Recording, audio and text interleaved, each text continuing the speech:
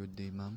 I am Aslane M Ampaso, Section D in C800 Institutional Correction, and this is my report for Module 2.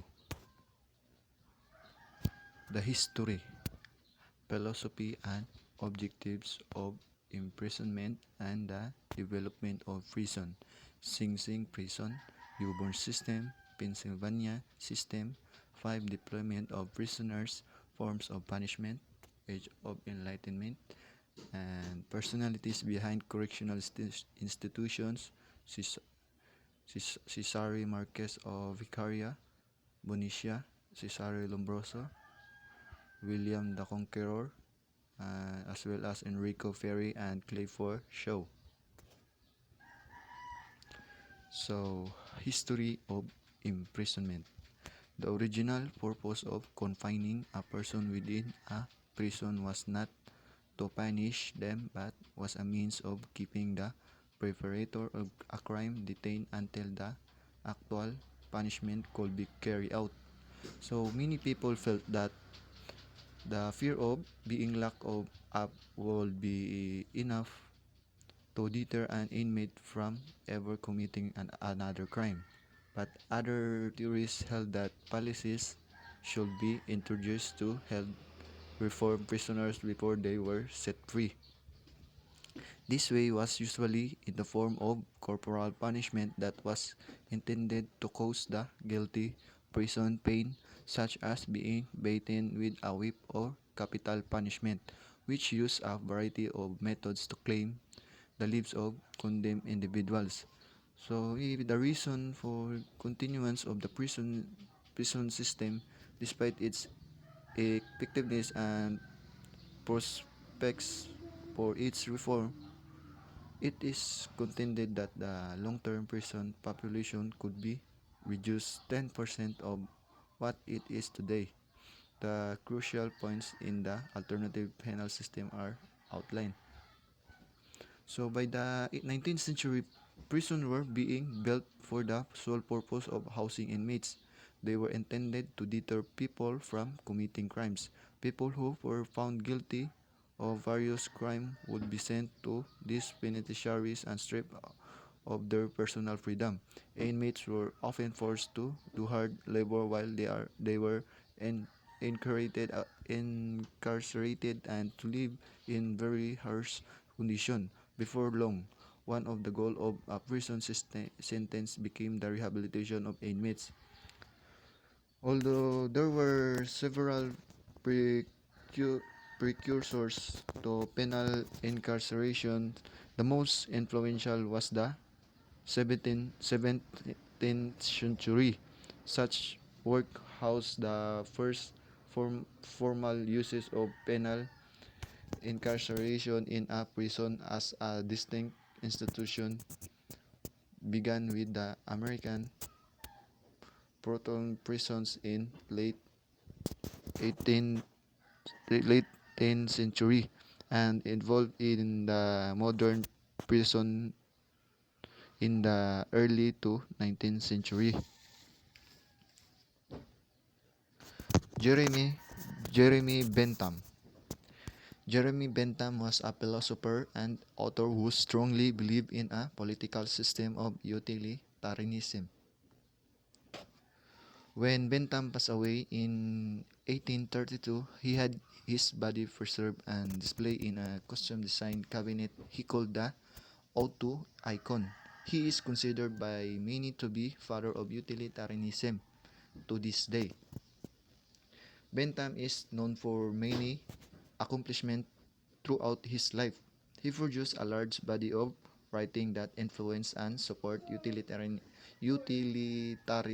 theories, was a CEO founder of the important Westminster Review publication, helped to establish the University of London, and devised a unique type of prison known as the panopticon. The death penalty. So in 1972, in Furman v. Georgia, the Supreme Court invalidated hundreds of death sentences, declaring that then existing state laws were applied in arbitrary and capricious manner and thus violated the 8th Amendment prohibited against cruel and unusual punishment and the 14th Amendment guarantees of equal protection of the law and due process.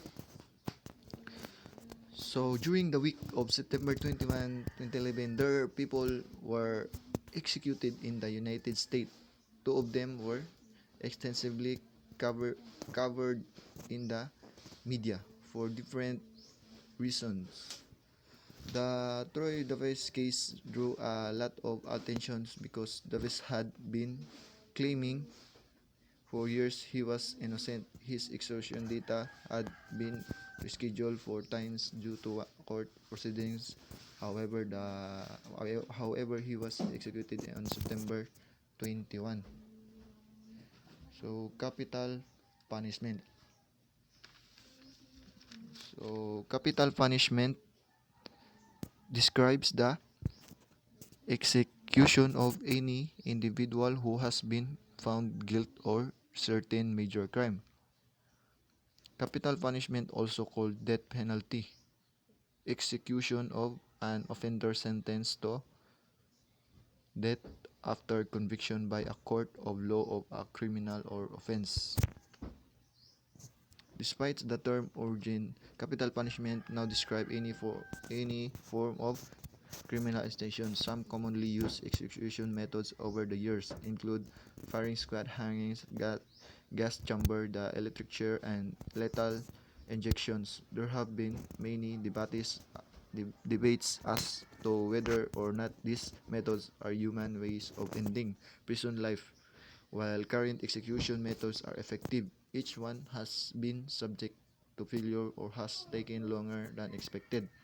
The term death penalty is sometimes used interchangeably with capital punishment, though imposition of the penalty is not always followed by execution severely when it is upheld on appeal because of the possibility of communication to life imprisonment.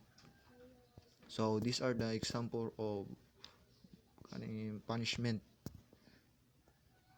electric chair and gas chamber, lethal injections, hanging, and firing squad. Philosophy of prison. Original goal of U.S. prisons was rehabilitation. First is alternative to corporal punishment, justice model of imprisonment.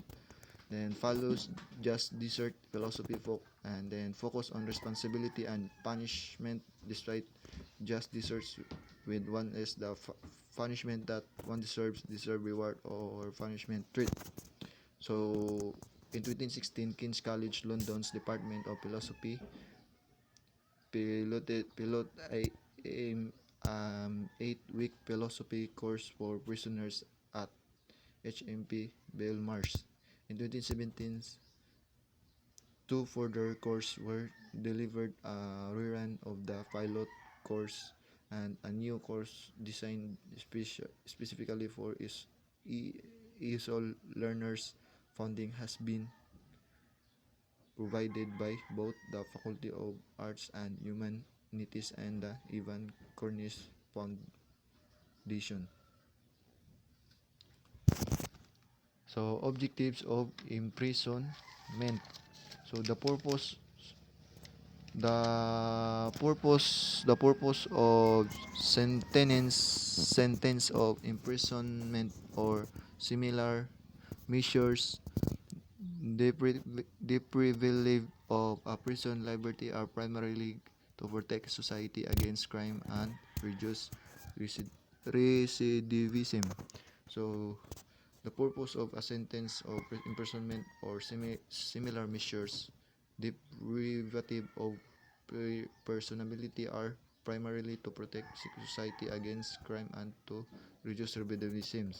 So the purpose can be achieved only if the period of imprisonment is used to ensure, so far as possible, the integration of such person into society upon release so that they can lead a law-abiding and self-supporting life. Next is the development of prison system. So in the late 1980s, institution for the confinement of convicts and detention of those awaiting for trial included a variety of national prison and penal farms as well as numerous small local jails and lockups. In general, the national prison housed more serious offenders and those serving short-term sentences were held in local facilities. The prison system at the national level was supervised by the Bureau of Prisons of the Department of Justice. The Bureau was responsible for the safekeeping of prisoners and their rehabilitation through general and moral education and technical training in industry and agriculture. The Bureau also oversaw the operation of prisons, go industrial and productive of food commodities. In 1991, the newly formed of Philippine National Police took over administration of local jails.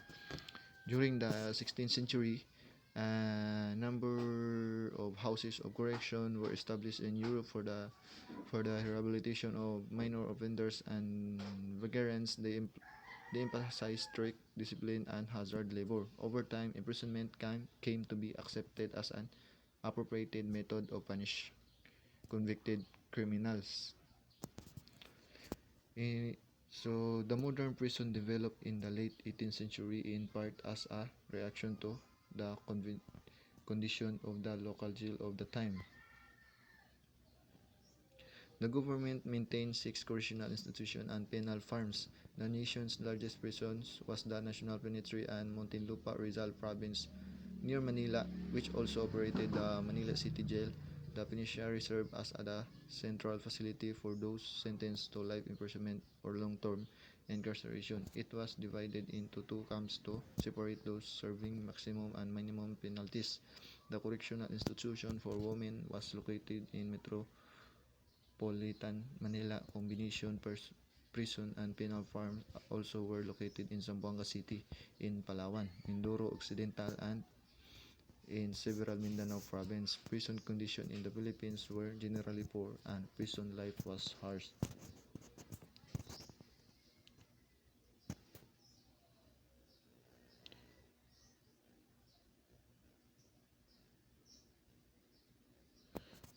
In 1991, crime still was a serious, if somewhat reduced threat to the general peace and security of society and was aggravated by corruption in the police and court system.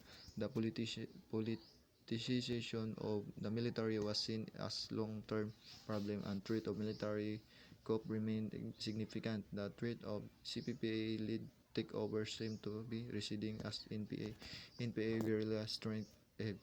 The socio-economic roots of the revolutionary movements remain and promise to make the unsolved problem for some times to come despite continuing threat posed by well-armed Filipino Muslim rebels, although few fear near-term reducement more appraising external security threats were not perceived.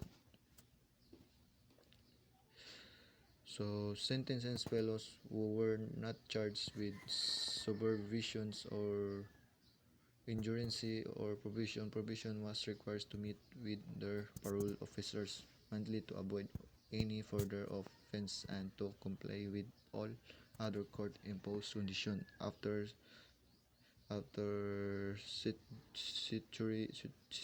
serving established minimum sentence, certain prisoners could apply to their parole board of release. The board could also recommend pardon to the president for prisoners it be believed to have reformed who presented no menace to society. A series of well-researched books published in 1980s added immensely to the available body of work of the Philippines Communist Censor William Chapman's Inside the Philippines Revolution Officer Unique Insight on the Revolutionary Movements. Richard Cesare Rehabilitation and Repression in the Philippines provided a thorough review of the insurgery, especially its social and cultural roots. So, types of prisons. So, prisons are designed to house people who have broken the law and to remove them from pre-society. Inmates are locked away for a set period of time and have very limited freedoms during their incarceration. While every prison serves the same basic purpose, there are many different types of prison. So, juvenile who are arrested for criminal offenses may be released to their parents while the case is pending in juvenile delinquency court, or they may be held in juvenile detention facility until disposition of the juvenile courts. So the juvenile is one of the types of prisons. Juvenile, an individual under the age of 18 considered a juvenile. Anyone who is not of a legal age is never locked up in general prison with adults. They are instead placed in a facility that is designed exclusively of juveniles. Then the second part of types of prison is the minimum, medium, and high seniority. Minimum security prisons are usually not considered to be a risk of for violence, reserved for a white collar criminals who these preparators are sent to facilities and have committed acts such as the offer of dormitory living, embellishment, or fraud. Although this environment where guards and more are serious crime, they are non-violent or personal freedom nature, and therefore the preparator are. So, medium security prisons are this standard facility used to house most criminals. They feature cage styles, housing armed guards, and a much more regimented daily routine than minimum security, where prisoners are expected to work, attend educational programs, or participate in other activities that prepare them for release. In addition, for minimum security prisons, a prison in which prisoners are allowed mere freedom than in most other prisons because they are not considered dangerous or likely to escape. Then high security prisoners are reserved for the most violent and dangerous offenders. These prisons include for more guards than both minimum and medium security and very little freedom. Each person confined to such prisons is considered to be a high-risk individuals. So next is the military. Every branch of military has its own prison facility that are used specifically for military personnel who have broken the law that affect national security or to house prisoners of war. The treatment of these prisoners has been a subject of much debate in recent times, and the definition of torture for enemy combatants has become a controversial and often discussed topic. A military prison is a prison operated by a military. Military prisons are used firstly to house prisoners of war and unlawful combatants, those whose freedom is deemed a national security risk by the military or national authorities, and member of the military found guilty of a serious crime. Next is psychiatric. Lawbreakers who are deemed to be mentally unfit are sent to psychiatric prisons that are designed with resemblance to hospital. Once there, the inmates or patients receive psychiatric help for mental disorder. As with any person, the pursued methods of rehabilitation in psychiatric prisons are intended to try and help people as opposed to just confirming their as a means punishment. So next is the jail versus prison. Jail is locally operated short-term facility whereas a prison is a stable or federally operated long-term facility. Jails are mainly used for detaining inmates awaiting trial or sentencing. They can also house inmates who have been sentenced for less than a year. This will vary depending on the stable prison are long-term facility used for sentencing where felonies and inmates are housed for many a year. These sentencing guidelines may vary by state. Jail and prisons are often interchangeably as places of confinement. If you want to be specific, jail can be used to describe a place for those awaiting trial or held for minor crimes, whereas prison describe a place for criminals convicted of serious crimes. Sing Sing prisons. So al- al- alcohol and substance abuse treatment programs, anger management programs, educational vocational programs, family development programs, guidance and counseling services, library and law library service, recreational programs, religious programs, sex offenders treatment, temporary release program, trauma program, transitional service program, voluntary service, volunteer service and program. So these are the example of Sing Sing. In 1825, the state of New York struggled the the riddle what to do with the criminal. 2 years before they tried to complete isolations from society, from one another, from all simulation. When the failed miserably, they switched to a model that involved prisoners doing hard labor together in silence. New York finished an 800 cell prisons that that would function in the style of 1828. They erected it by quarry on empty plains near the Hudson River town of Sing Sing. Name comes from Indian verse Sing Sing. It means stone on stone. In 1901, 3 years after Edison introduced the electric chair at Sing Sing, the town changed its name to Ossining so people would not confuse it with the jail. Edison, dynamos ran of direct current. He invented the first electric chair to show how dangerous alternative current was, and 614 people eventually died in it. Today, the Averty is gone. Sing Sing is as grim as ever, and we muddle hopelessly over the hard question: is prison meant to reform, to punish, or just to keep criminal out of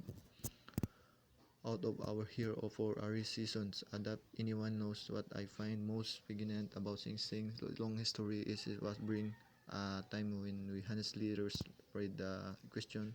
Loris and ends with an idea that may be not so imaginary after he says, we may never produce a world with men like gods, but we can less implant a social consequence that should make in the truth and impact in a brother's keeper. Sing Sing in full Sing Sing Correctional Facility, maximum security prisons located in Ossining, New York. In US since 1826, it is one of the oldest penal institutions in the United States. It is also among the most well known in the country, especially notable for its harsh condition in 19th and 20th centuries. Originally known as Mount Pleasant Prison, it was constructed in the village of Sing Sing on the east bank of the Hudson River, some 300 miles 48 kilometers north of the New York City. It was designated to provide additional prison space and to replace New Gate. Prison construction was undertaken in 1825 by convict laborers under the supervision of William Lynch, warden of Auburn State Prison. He officially became head of the new prison when it opened in 1826, though it was not complete in 1828. The initial facility had 800 cells. The prison population rose in the mid 19th century, resulting in more construction. So, Osborne Thomas Mote.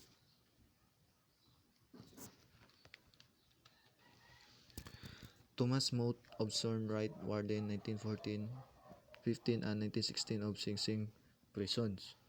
Library of Congress, Washington, D.C., LCDIC, Bain, 17,937.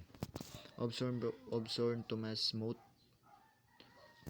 as born September 23, 1859, October 20, 19, dead in October 20, 1926, was an American prison administrator, prison reformer, industrial, and New York State political reformer.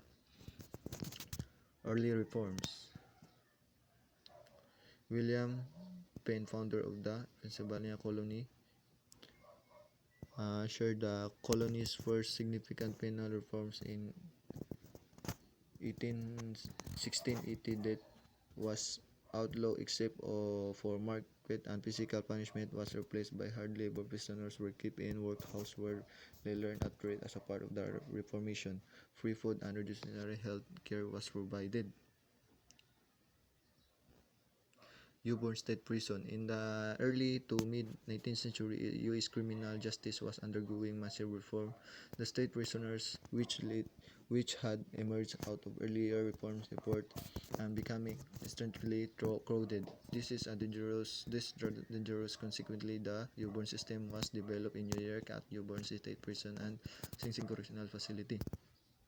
The reformers believed that the penitentiary could serve as a model of a family education, so sought a system that was more rehabilitative with the harshly punitive, prohibited from taking all times. Prisoners were confined in separate cells at night and labor together during the day of workshop modeled in the industrial factory.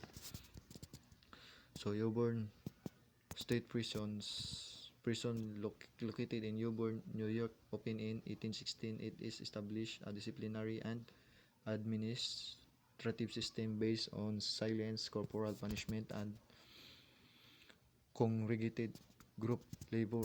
In architecture and route line, Auburn became the model for prisons throughout the United States.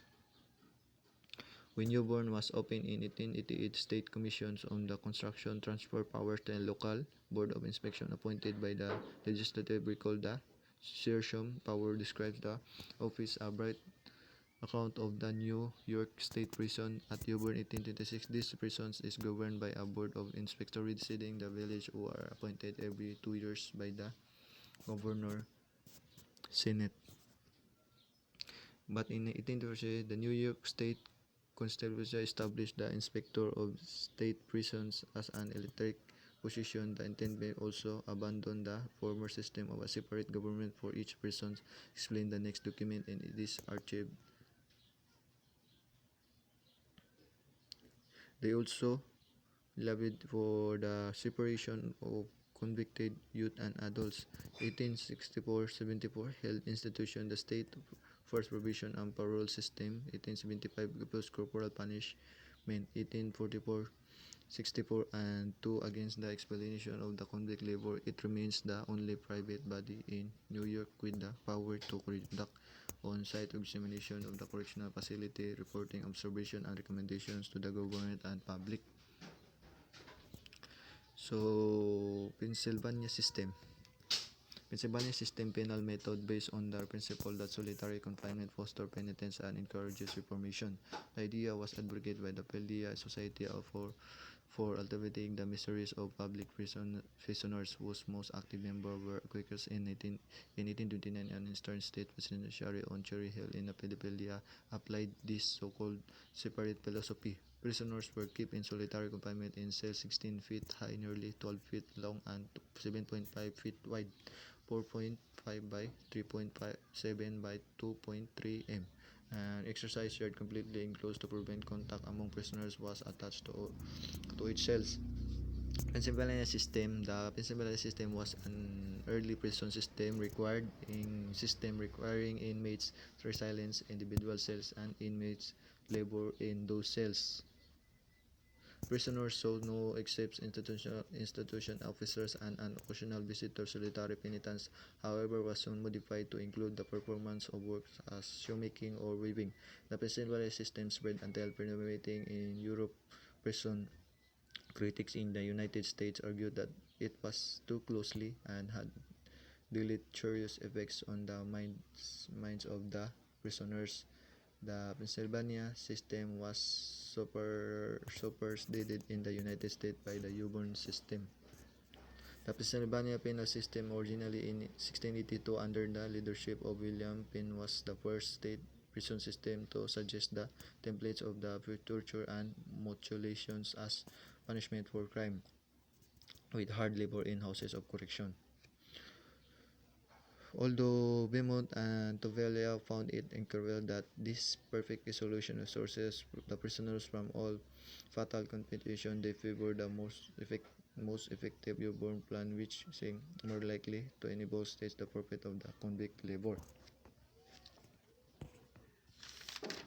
Then Pennsylvania, one of the richest sentence of penal reform, showcased its mode of confinement at the eastern of the state penitentiary just outside of Philadelphia beginning in 1829 and convicted by the ability of resilience alone to prevent a cross-contamination.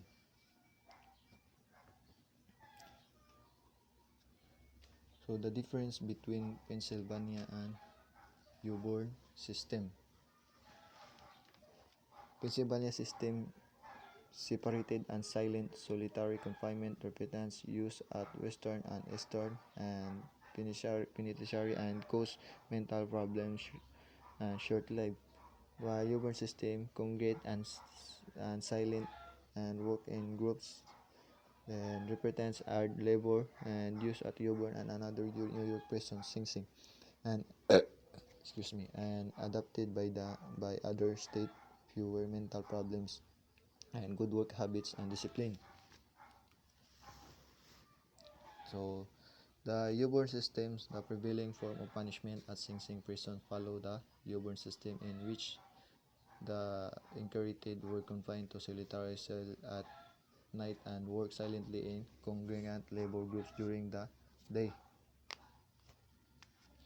So different types of criminal punishment. So in addition, for Pennsylvania system method based on the principle that solitary confinement foster denitence and encourage reformation, the idea was advocated by the Philadelphia Society for Alleviating the Miseries of Public Prisoners, whose most active members were Quakers. So next is the different types of criminal punishment. Incapacitation. So incapacitation seeks to prevent future crime by physically moving criminals away from society. Incapacitation refers to the restriction of an individual's freedoms and liberties that they would normally have in society within the criminal justice system. Incapacitation is the response. So next is the deterrence.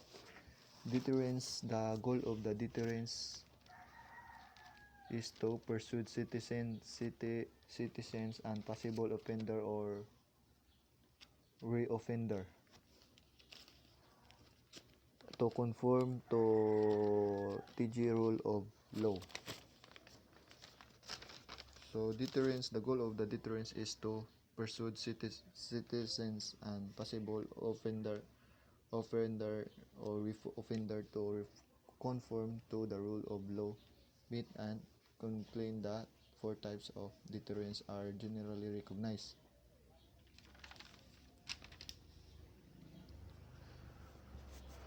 So 4 types of deterrence are generally recognized. Specific deterrence. Specific deterrence analyzes how effective punishment is on an individual's future behavior. Next is general deterrence. General deterrence seeks to understand how individual punishment can deter others from committing crimes. Then third is marginal deterrence, seeks to realize how effective different types of punishment are as other specific or general deterrence. Then fourth is the partial deterrence, refers to the situation in which the threat of penalty has some deterrence value even when someone engaged in illegal behavior. For example, a criminal simply robbing a victim instead of also causing physical harm. 5 things about deterrence. The certainty of being caught is a really more powerful deterrence than the punishment. So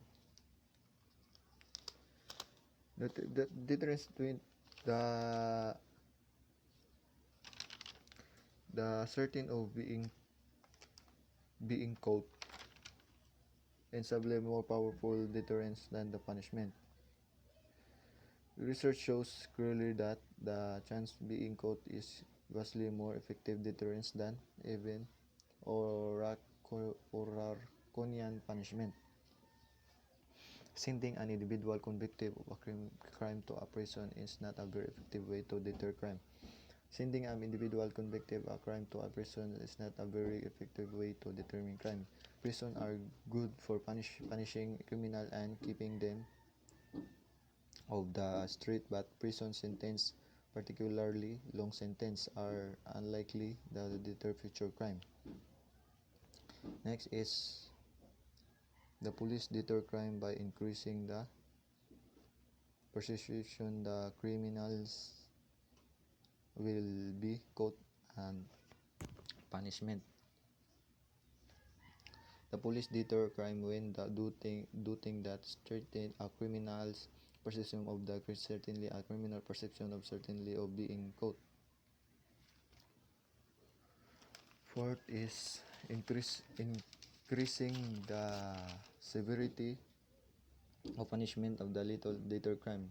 Law and policies designated to deter crime by focusing mainly on increasing the security of punishment are effective party because criminals know little about the sanction for specific crimes. Fifth is there is no proof that the death penalty deter criminals. According to the National Academy of Sentence Research on the deterrent effect of capital punishment is informative about whether capital punishment decreases as no effective on homicide rates. So the deterrence and incapacitation.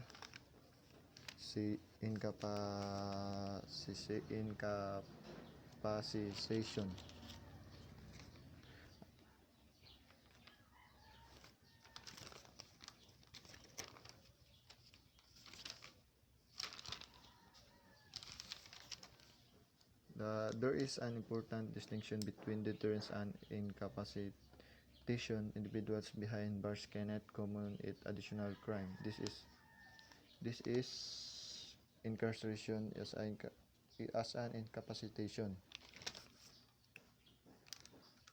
Understanding the relation between sentencing and deterrence.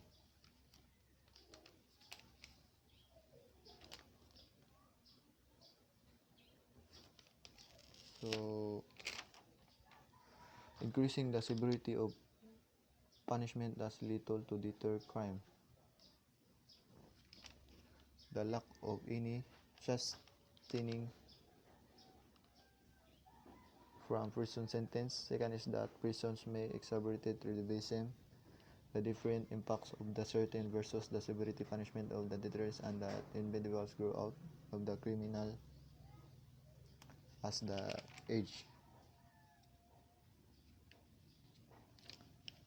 Retribution. As one of the oldest forms of punishment, retribution has roots in the Judeo-Christian tradition of justice.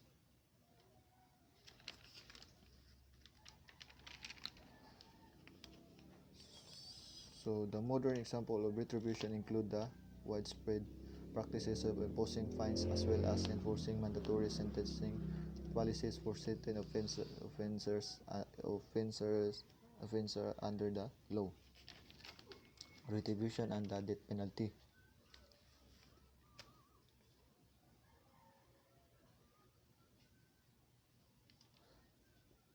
Historically, most felonies were punishable by death, so increasingly cruel methods of execution had to be the most serious violation of social norms. So, for example, traitors were executed by drawing and quartering, and servants who killed their master or mistress were boiled alive. Similarly, those who convicted witchcraft or heresy were burned at the stake.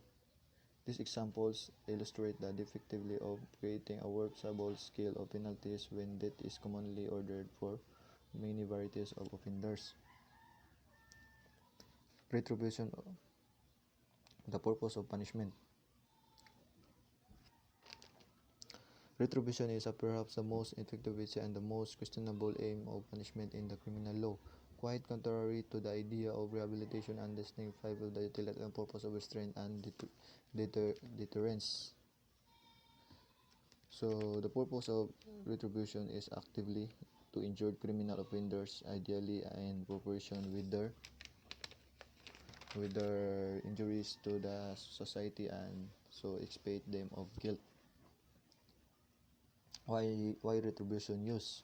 The impulse to do harm to someone who does harm to you is older than human society, older than the human race itself.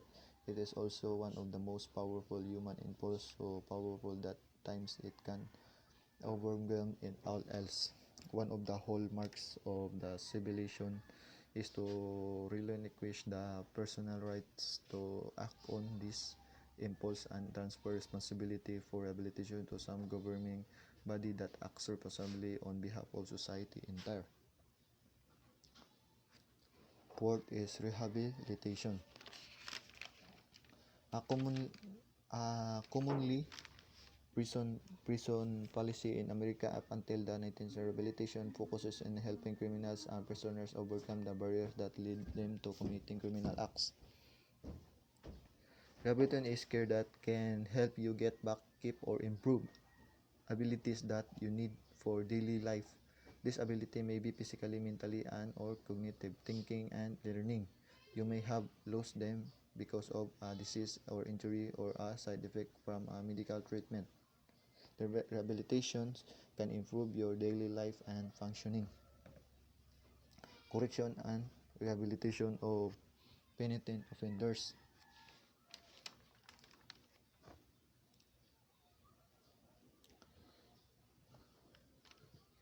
So, to affect the rehabilitation and reintegration of probationers, paroles, pardoners, and first-time minor drug offenders as a productive, law-abiding, and socially responsible members of the community taught.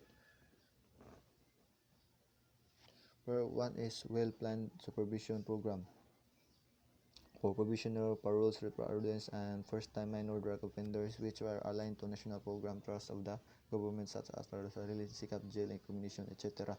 2 is establishment of innovative and financially and technically feasible project for the moral, spiritual, and economic upliftment of a probationer, paroles, pardoners, and first-time minor drug offender utilizing available community resources.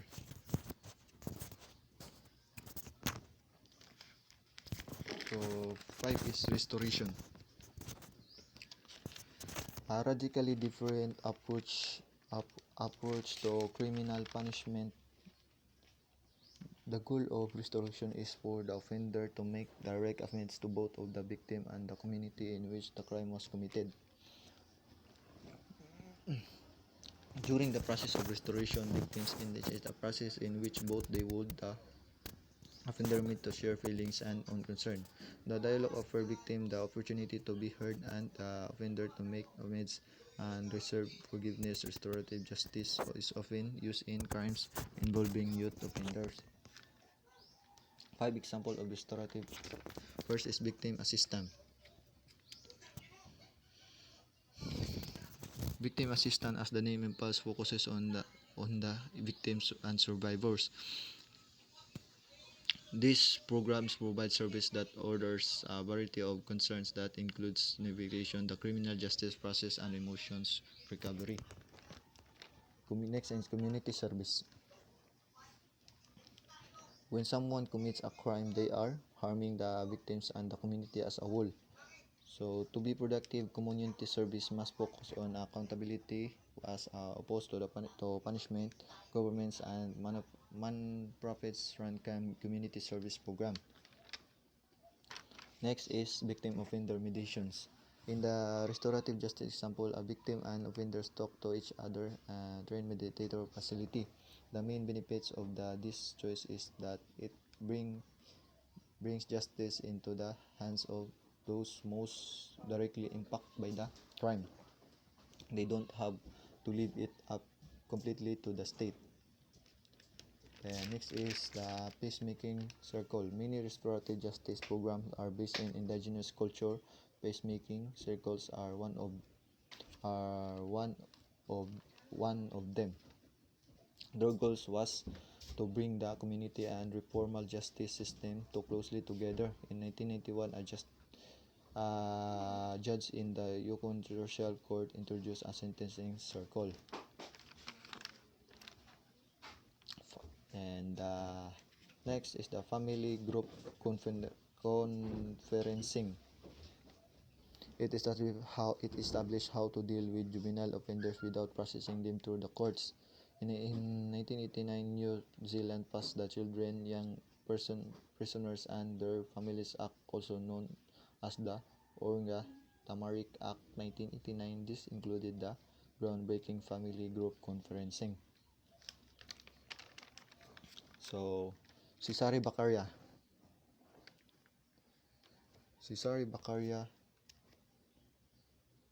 Bonisaria Marquez de Beccaria, born March 15, 1738, Mela, Italy, dead November 28, 1794, Milan, Italian criminologist and economist, was delle Pini, 1764, in France, GA. And education, the University of Pavia, subject of study criminal law, political economy, punishment, reform. Who is Cesare Beccaria? Cesare Beccaria was a criminologist and economist in the early 1760s. Beccaria helped form a society called the Academy of Its, dedicated to economic, political, and administrative reform. In 1764, he published his famous and influential criminal essay on crimes and punishment. In 1768, he started a career in economics which lasted until his death.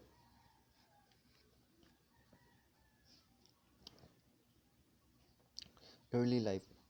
Beccaria was born on May 15, 1738 in Milan, Italy, and father as well as authoritative or American Empire, but carried only a modest income. Beccaria received his primary education at Jesuit school in Parma, Italy. He would later describe his early education as a financially oppressive of the deployment of human dealings. Despite the instructions at school, Beccaria was an excellent math student. Following the education of the Jesuit, Beccaria attended the University of Pavia, where he received a degree in 1758.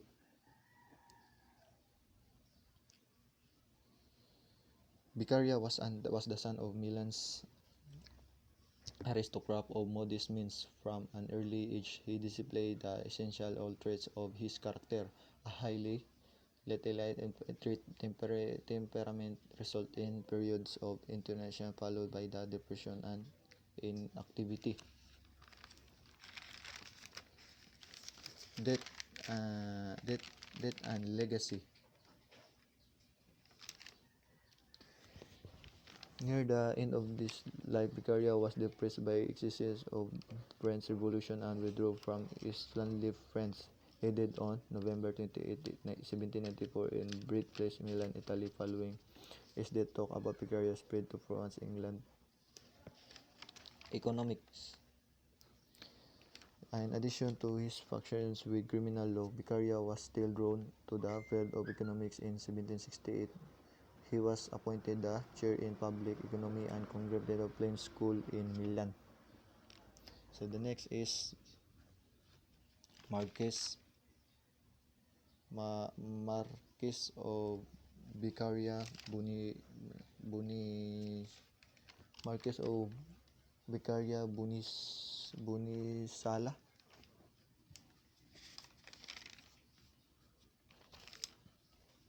Vicaria Cesare Bunisana, Marquess of 18 of 1738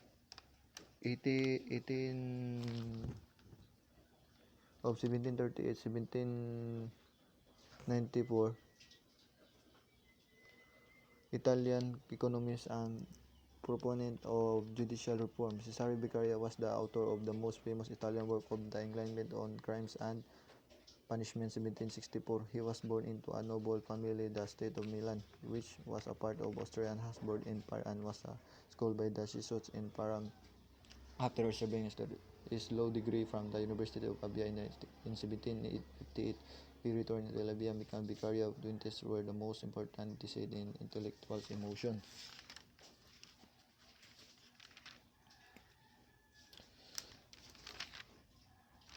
Vicaria's view of government was that it should work to prevent crime rather than focus on punishment, and that efforts spent on education and rewarding good behavior would reap better results and bring about greater happiness for all.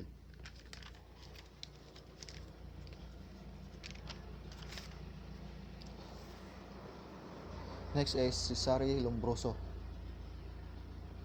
Cesari Lombroso was an Italian criminologist, physician, and founder of the Italian School of Positivist Criminology. Described as the father of modern criminology, Cesare Lombroso theory of the born criminal dominated thinking about criminal behavior in the 20th century. The Italian criminologist Cesare Lombroso 1835-1909 developed the now outmoded theory of the criminality is determined by the psychological traits. So Lombroso rejected the classical old theory of crime associated with Cesare Beccaria and Jeremy Bentham, which explained criminal activity as a freely chosen behavior based on the rational calculation of benefits and less pleasure and pain that is criminals commit crime because they believe crime pays. Cesare Lombroso is famous among criminologists. His positivist criminology theory explained that some criminals there were born that way and their criminal activities are a results of nature, while others became criminals due to their experiences in life.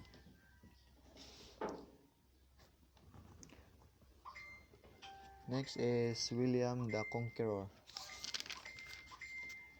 William the Conqueror, by name William the Conqueror or William, a bastard of the Norman French Guillain in Conquered or Gaulians, the word of Guillaume de Normandy, born c. 1028, Felicie Normandy, Friendly, dead September 9, 1087. Ron, Duke of Normandy, was William 103 and King of England as William I. From 1066, one of the greatest soldiers and rulers of the Middle Age, he made himself the mightiest noble in France and then changed the course of England history by his consent of the country. Before he became the King of England, William was one of the mightiest nobles of France as the Duke of Normandy, but he is best remembered for leading the Norman Conquest of England in 1066. William was an ambitious and powerful ruler of the Normandy. He was wanted to build up his power so the Normans could have a great empire like their Viking ancestors. Harald was a famous Viking warrior and skilled commander. he already had secure control over his own hand. Enrico Ferreri. Ferreri was born in Lombardy in 1856 and worked first at lecturer and later as a professor of criminal law, having spent time as a student of Cesare Lombroso. While Lombroso researched anthropological criminology, Ferreri focused more on social and economic influence on the criminal and crime rates. Ferreri research led to him postulating theories calling for crime prevention methods to be the main story of law enforcement as opposed to punishment of criminals after their crimes had taken place. Part of the reason Ferreri rejected biological determinism was because of his political beliefs. Ferreri identified as a socialist and wrote frequently about socialism in his work, including 1846 Socialism and Positive Science. Ferreri, at the time of Radicel, was elected an Italian parliament in 1866. In 1893, he joined the Italian Socialist Party and decided their daily newspaper, the Evelynet, in 1890 and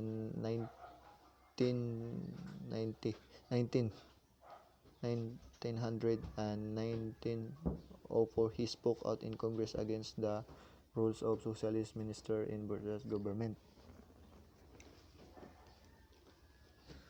So Ferreri research led him postulating theories calling for crime prevention methods to be the mainstay of law enforcement as opposed to punishment of criminals after their crimes had taken place. So next is Clifford Shaw. So Clifford Shaw,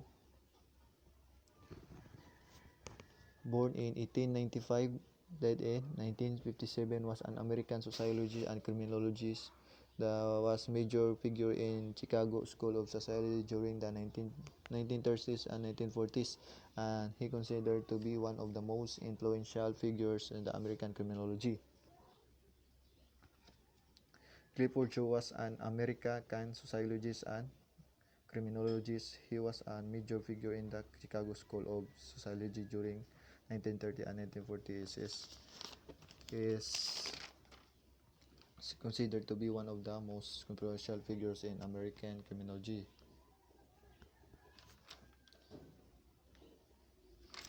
So she is considered to be one of the most influential figures of criminology, and his work on juvenile delinquency with Henry D. McKay and conducted in the late 1920s play a pivotal role, moving the study of such delinquency toward the discipline of sociology and away from psychology and psychiatry. And Shaw and McKay's work span three general areas: studying geographic increase rates of juvenile delinquency, study of autobiographical books by delinquents, the development of the Chicago area's project of delinquency prevention programs in the Chicago area. Two studies published by Shaw and McKay in 1930 and 1940s, high regard among social scientists in the 1970s.